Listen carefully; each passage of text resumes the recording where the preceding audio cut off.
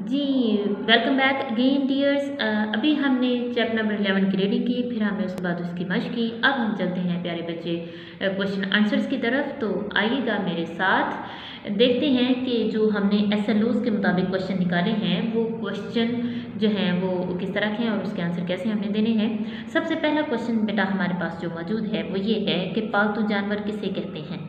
आपने ये बार बार बात रीडिंग में सीखी कि पालतू जानवर ऐसे जानवर जिन्हें हम घर पे पालते हैं पालतू जानवर कहलाते हैं। मसलन बिल्ली, मुर्गियाँ, कबूतर, बकरियाँ, ये सब एनिमल्स पालतू जानवर कहलाते हैं। पोल्ट्री फार्म से क्या मुराद है, ये बात भी आपने पढ़ी थी, पीछे आपने सीखी है रीडिंग में। ऐसी जगह जहाँ मुर्गियाँ पाली जाती हैं वो जगह पोल्ट्री फार्म कहलाती है। ठीक है, जहाँ पे मुर्गियाँ रख के उनको पाला जाता है वो पोल्ट्री फार्म कहलाती है। आइए क्वेश्चन नंबर 3 की तरफ। तो क्वेश्चन नंबर 3 है आपका, मवेशियों के फार्म में कौन कौन से जानवर रखे जाते हैं। मवेशियों के फार्म में कौन कौन से जानवर रखे जाते हैं, गाय, भैंस, बकरियां वगैरह। ठीक है, ये सारे मवेशियों के फार्म में रखी जाती हैं।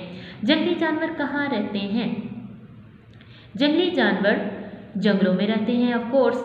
तो बेटा ये आपके यहाँ तक क्वेश्चन 4 क्वेश्चन आपने करने हैं। अच्छे तरीके से आपने इनको लर्न भी कर लेना है, अपनी कॉपीज़ के ऊपर भी साथ साथ लिखते रहना है और ये चैप्टर आपने पूरा मुकम्मल तरीके से तैयार कर लेना है। यहाँ तक हमारा चैप्टर नंबर 11 कंप्लीट हुआ। अपना बहुत सारा ख्याल रखें। अल्लाह हाफिज़।